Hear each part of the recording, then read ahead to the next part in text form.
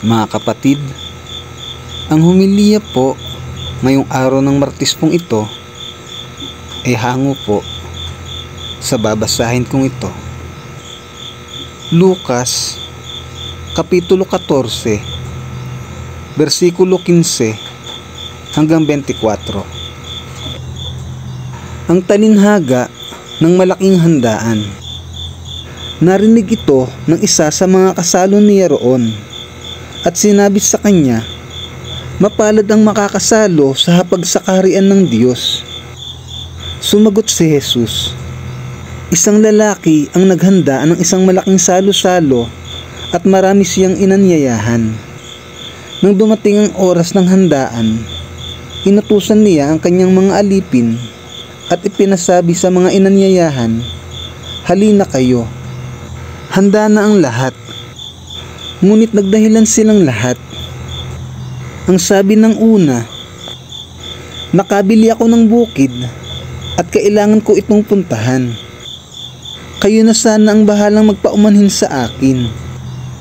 Sinabi naman ng isa, 'Nakabili ako ng 5 paris ng kalabaw at kailangang masubukan ko sa bukid ang mga iyon.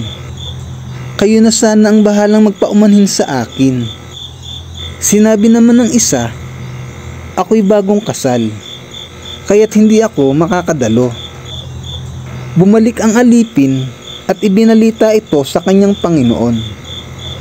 Nagalit ang Panginoon at sinabi sa alipin, 'Magmadali kang pumunta sa mga lansangan at sa makikipot na daan ng lungsod at isama mo rito ang mga mahihirap, mga lumpo, mga bulag at mga pilay.'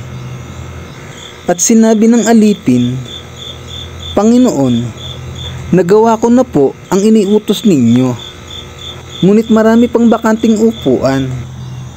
Kaya't sinabi ng Panginoon sa alipin, 'Pumunta ka sa mga lansangan at sa mga daan at pilitin mong pumarito ang sinumang makita mo upang mapuno ang aking bahay.